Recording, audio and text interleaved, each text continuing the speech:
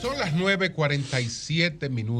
Magín Díaz con nosotros y queremos aprovechar, Magín, antes de que hablemos un poco de economía, pues recordar por qué se estableció este cobro que incluye a los dominicanos.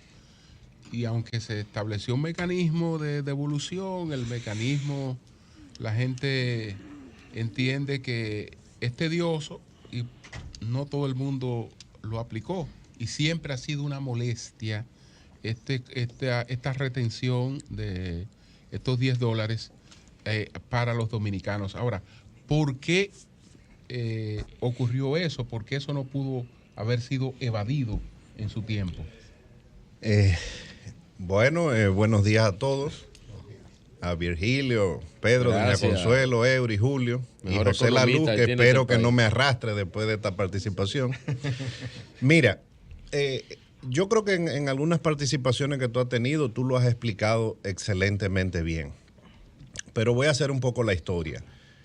¿Qué pasó en el 2016-2017? El sector turístico, a través de Azonahores sobre todo, solicitó al presidente que se eliminaran esa fila, ese cobro que había en los aeropuertos para los extranjeros, que muchos después de pasar horas en un avión tenían que hacer una fila para pagar esa tasa, la tarjeta de turista, y se le pidió al gobierno que se buscara otro mecanismo, y la entidad encargada del cobro de esa tarjeta era la DGI. Se nos instruyó en ese momento. Entonces, el otro mecanismo que vimos viable es, que se cobrara en el pasaje, como se cobran muchos otros impuestos en el pasaje, como el ITEVI, el impuesto de salida, se cobra ahí. Entonces, ahí es que viene el decreto para que la DGI implementara el cobro con otro mecanismo. Ahora, ¿qué pasó?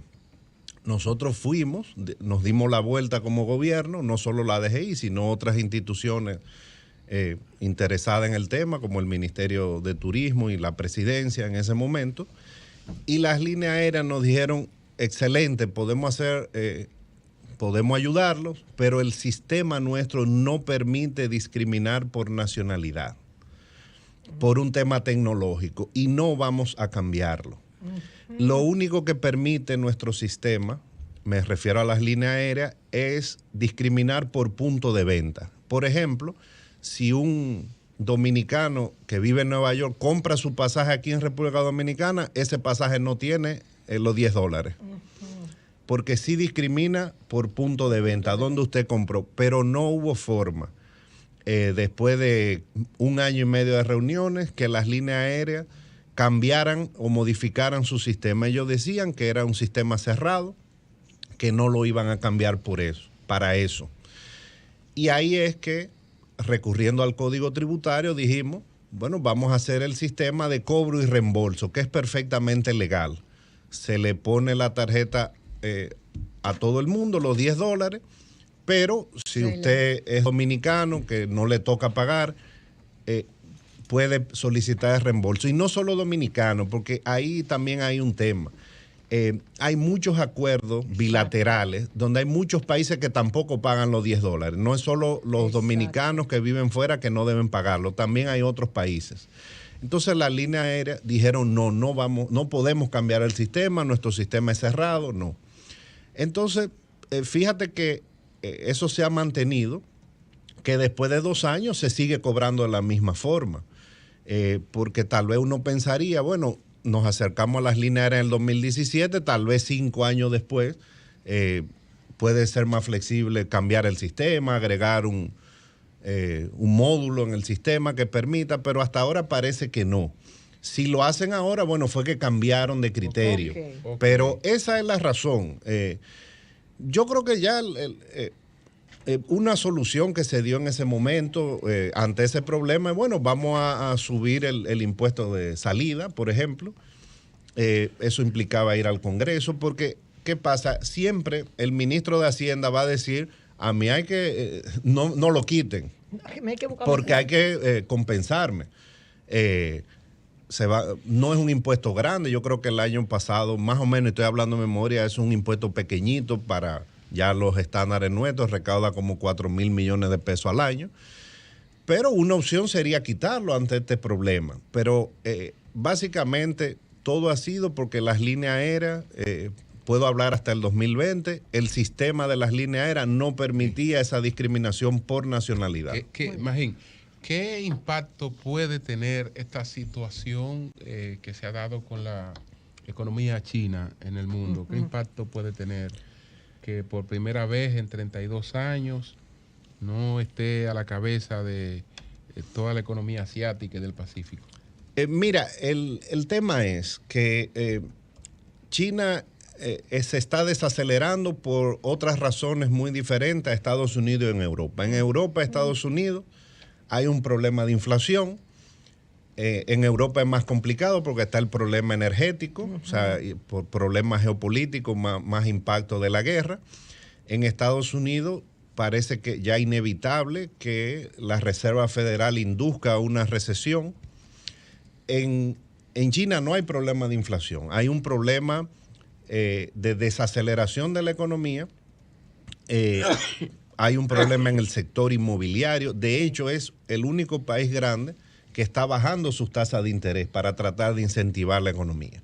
Entonces, China ya representa casi el 20% de la economía mundial. Estados Unidos es el 25%. Entonces, el mundo en los últimos 40 años prácticamente ha funcionado con China creciendo a 10%. Cuando China crece 3 o 4, ya el mundo lo va a sentir. Y en parte es la política de cero COVID que tienen, que desde que hay 1 o 2 casos de COVID cierran. Entonces eso afecta el crecimiento de la economía, pero también afecta las cadenas de suministro, etcétera.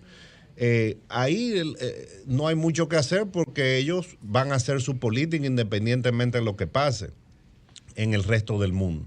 Entonces, si siguen con su política de cero COVID, que cierran su economía de manera intermitente, entonces el crecimiento se va a ver afectado y el crecimiento mundial también. Ahora, ¿qué acaba de decir la OCDE? Que en el día del lunes publicó sus nuevos pronósticos, que todo el mundo va a entrar posiblemente en una recesión global. Sí, por lo que yo dije, Estados Unidos se esperaba hace un año un crecimiento de casi 4%. Pero la ley de reducción de la inflación de Biden, que la sazonaron tanto. Bueno, eso es una ley más de largo plazo. Eso es porque es una reforma fiscal, pero básicamente. Pero creó expectativas. Bueno, siempre porque son políticos, pero eso es más una reforma tributaria que la hizo. Tiene componentes, de hecho, no tributaria, sino fiscal. Puede reducir algo los precios, pero a largo plazo. Sí. Ahora es política monetaria que están haciendo. Sí. Entonces, China se está desacelerando, Estados Unidos más fuertemente, y lo que se espera es que Europa se desacelere un poco este año, pero mucho más se espera el impacto el año que viene. La diferencia con la crisis última del 2008 es que en el 2008 fue una crisis de 10 países desarrollados. El tema es que ahora, al igual que en el 2020, es una crisis mundial. Si caen los 3 bloques, China, Europa y Estados Unidos al mismo tiempo, entonces el mundo entero se va a resentir. Julio. Sí. Sí, adelante. Sí. Esta mañana yo di la conseguí de Bloomberg. Dice, la peor segunda recesión desde la Segunda Guerra Mundial, la del 2022, la de este año. La peor segunda recesión desde la Segunda Guerra Mundial. Y, por otro lado, sigue subiendo la tasa de interés de la Reserva Federal. ¿Cómo nos va a afectar a nosotros el valor del dinero, del peso dominicano, del dólar, la deuda? En las nubes. Mira, el tema es, en Estados Unidos tenía 40 años que no vivía una inflación de esta magnitud. Y ellos van a hacer lo que sea para bajarla, porque una inflación de 8 o 9% para ellos es inaceptable. Cuando tienen 40 años con inflación muy bajita y su Banco Central tiene una meta de 2%. La economía todavía no está en recesión, aunque ya hay señales.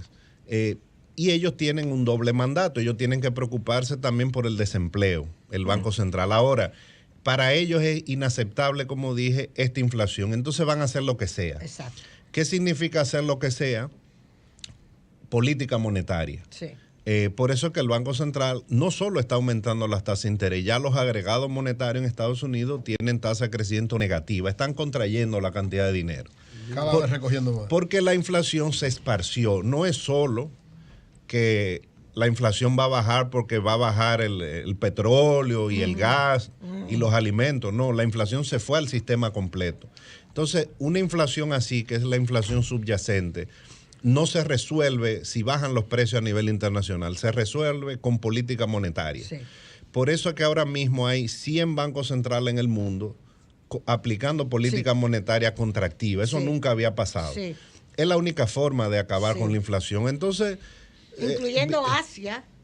sí, es todo el mundo. Solo hay dos excepciones grandes, China y Japón, que no tienen problemas de inflación. Entonces, no hay un manual, ni hay tampoco una fórmula exacta. Ahora los bancos centrales van a tratar de agarrar la inflación y eliminarla. Eso va a traer una desaceleración de la economía y hay que vivir con eso. Finalmente, la situación nuestra, más en inflación, Exacto. economía. Bueno, recuérdate que siempre la Virgen nos da una manita. Entonces, ¿Cómo tú prevés los niveles de inflación de este año? Mira qué es lo que pasa. Este es de los pocos países que su moneda se está fortaleciendo. Se está apreciando el peso. Tú estás como Vinicito, que dijo que vino el huracán porque movían la vela. No, Vinicito pero dijo que vino el huracán porque movían la vela. Porque la movían de sitio. Muy bueno, mal, eso fue muy Vinicito. mal de parte de él. Okay, Ahora, adelante. nosotros tenemos ahora 16 meses. Eso no había pasado en nuestra historia económica. No olvídelo. Nosotros tenemos 1 año y medio, ya 16 meses, de apreciación continua mensual del tipo de cambio, interanual. Nunca había pasado eso, desde los años 80, que fue cuando el tipo de cambio se liberó. Había pasado, por ejemplo, en el 2004, después de la crisis, que el tipo de cambio bajó. Ahora, ¿qué refleja eso? Eso refleja dos cosas. Una política monetaria contractiva, porque hay menos pesos buscando dólares, pero también te está reflejando que a la economía están entrando muchos dólares. ¿De qué? De la remesa, del turismo, de la inversión extranjera. La inversión extranjera el primer semestre es de la más alta en los últimos 10 o 15 años. Entonces, yo creo que a nosotros nos está ayudando que el resto de América Latina está tan mal que el país se sigue viendo bien macroeconómicamente. Entonces sigue entrando dinero. Y la apreciación del tipo de cambio ha ayudado a la inflación. Perjudica a algunos sectores, a los sectores exportadores de divisas, pero ayuda mucho al gobierno y al Banco Central en el combate a la inflación porque esta es una economía con un componente importado muy alto. Entonces, ¿qué es lo que prevé el Banco Central? Que la inflación va a ir cediendo. Como hay un componente alto aquí del petróleo y de los alimentos que han bajado, los fletes han bajado, eso se va a ir viendo. La inflación no se ha esparcido tanto como en otros países. Entonces, eso va a ayudar y el tipo de cambio va a ayudar. Entonces, va a ir bajando y el año que viene deberíamos estar cerca de la meta del Banco Central. Eso es lo que se espera. Bueno, pues muchas gracias, Magín. Muchas gracias. Oye, pues no va a ir mejor que a todo el mundo. Seconza, Pasteurizadora Rica y Consorcio Energético Punta Cana Macao presentaron Perspectiva Económica con Magín Díaz.